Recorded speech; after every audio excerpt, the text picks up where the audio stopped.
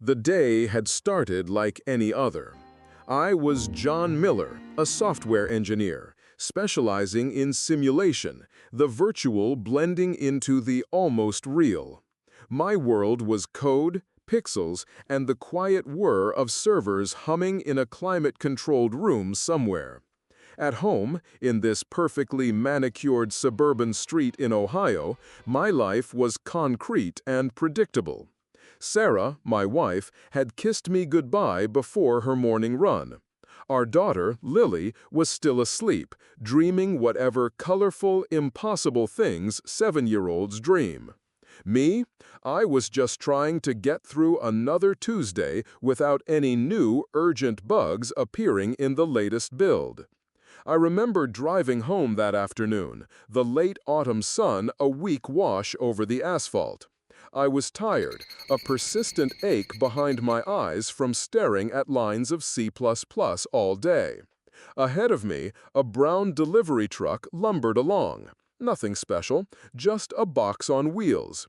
But then, for a split second, the edges of its rear panel, they just weren't right.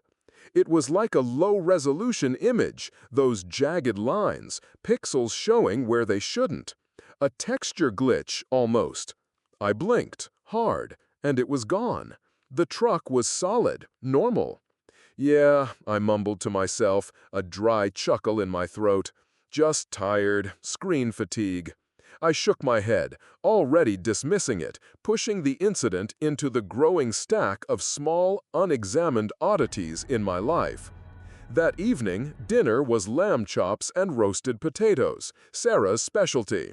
Lily, all chatter and bright eyes, recounted something about a school field trip. Sarah was talking about a new project at work, something about community outreach.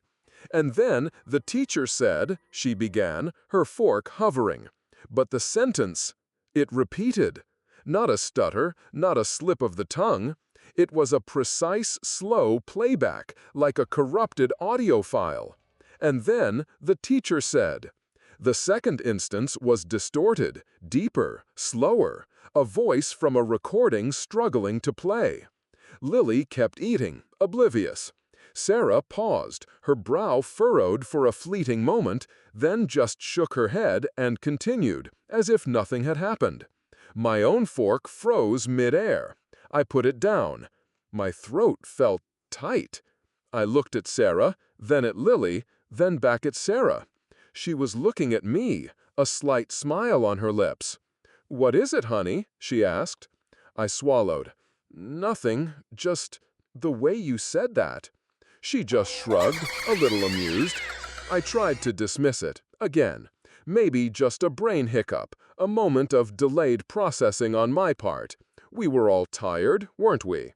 Later, after Lily was in bed and Sarah was reading her book, I slumped onto the couch to watch some dumb sitcom. The TV, a good old 55-inch LED, flickered. Not a power flicker, but something else. Black pixel blocks, large and ragged, slid across the screen, briefly obscuring the smiling faces of the actors. It was exactly like a graphics driver failing, or corrupted video memory. I grabbed the remote, trying to change the channel, but the buttons?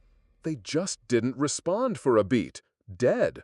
I mashed them harder. Nothing.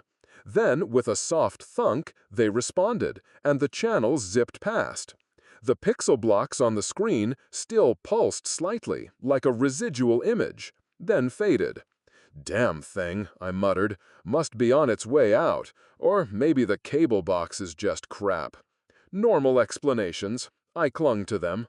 I had to. The next morning, the weirdness decided it wasn't content staying inside the house or on the road.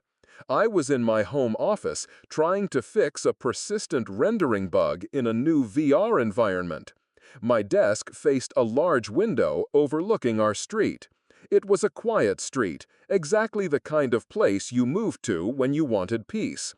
Directly across, at the corner, was the red octagon of a stop sign. That sign, it just vanished. Poof, gone. One second it was there, a familiar splash of red against the green of the trees. The next, there was just the metal pole, bare. I remember my breath catching. My heart gave a little kick against my ribs.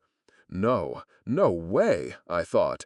I leaned in closer to the window, my face almost touching the glass, straining my eyes. And then it reappeared. Not where it was, though. It was maybe 3 feet to the left, leaning at an impossible angle, as if stuck in the code wrong, like a misplaced model in a game engine.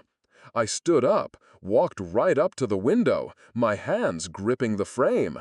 What the hell? The pavement outside, the perfectly ordinary asphalt, began